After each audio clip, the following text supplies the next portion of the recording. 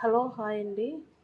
మన దగ్గర ఎలాంటి పోప్స్ దినుసులు ఏమీ లేకుండా మనం ఫ్రైలు అవి చేసుకునేటప్పుడు ఏం చేయాలంటే ఏమీ లేకపోయినా సరే మనం చేసుకోవచ్చు. ఇప్పుడు చూడండి, నేను కొంచెం వేస్తాను. ఇలాగా బెండకాయ ఫ్రైకి కొంచెం జీరా పౌడర్, కొంచెం ధనియాల పౌడర్,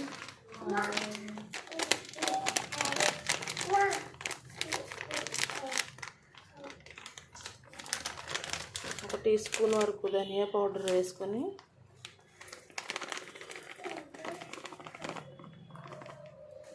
ధనియా పౌడర్,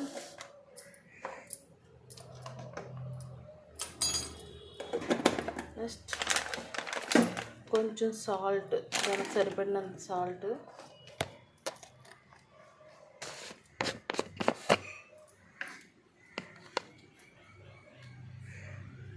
ఫ్రైకి ఏదైతే సరిపోతుందో దానికి సాల్ట్,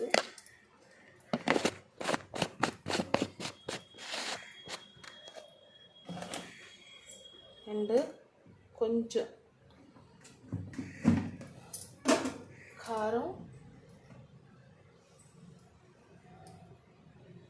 కారం, ఒక టీ స్పూన్ వరకు కారం వేసుకొని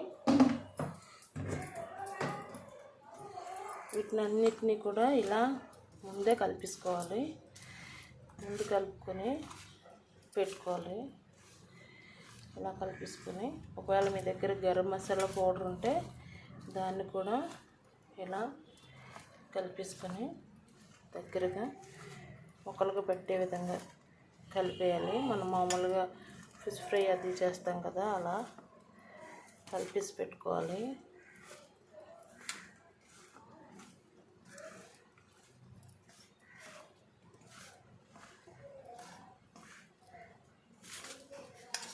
అందులో ఇంకేమీ పోపులు కానీ, ఇంకా జీలకర్ర కానీ, తర్వాత ఇంకా ఏమి వేయాల్సిన అవసరం లేదు. ఇలా కలిపేసుకొని మనకి సిద్ధంగా పెట్టేసుకొని ఇప్పుడు మనం ఆయిల్ పోసుకొని బాండీ పెట్టాను ఆల్రెడీ. ఇందులో కొంచెం ఆయిల్ పోసి 2 రెమ్మలు కరివేపాకు ఉంటే వేసుకోవచ్చు, లేదంటే లేదు. కొంచెం చిటపటలాటగా ఆ కరివేపాకు రెమ్మలు కొంచెం వేడెక్కుతాయి.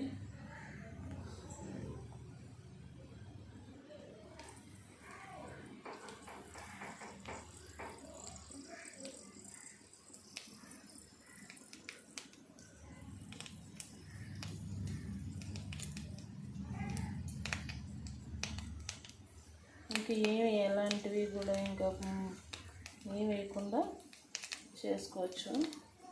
కాకపోతే బెండకాయ ముక్కల్ని కొంచెం పెద్దగా, అంటే ఫ్రై కంటే మరి చిన్నగా కాకుండా ఈ సైజు ముక్కలను తీసుకొని కలుపుకోవాలి.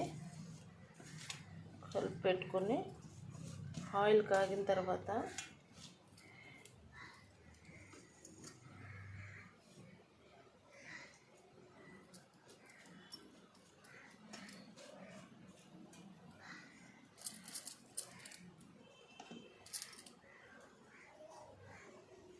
ఆయిల్ కాగిపోయింది, ఇందులో వేసేస్తాము.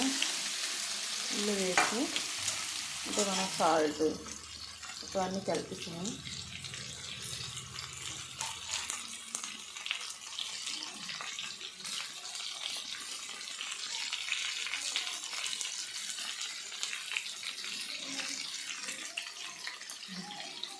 ఇవన్నీ కలిపేసి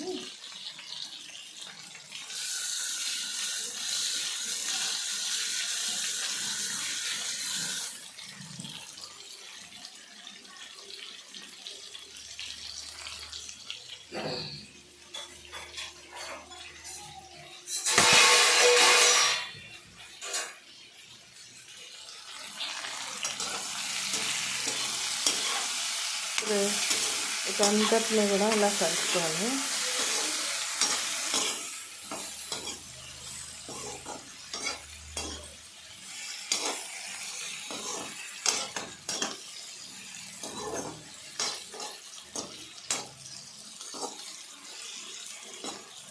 కలుపుకొని మంటని మీడియం టు హై పెట్టుకొని కాసేపు ఇలా యాగనివ్వాలి.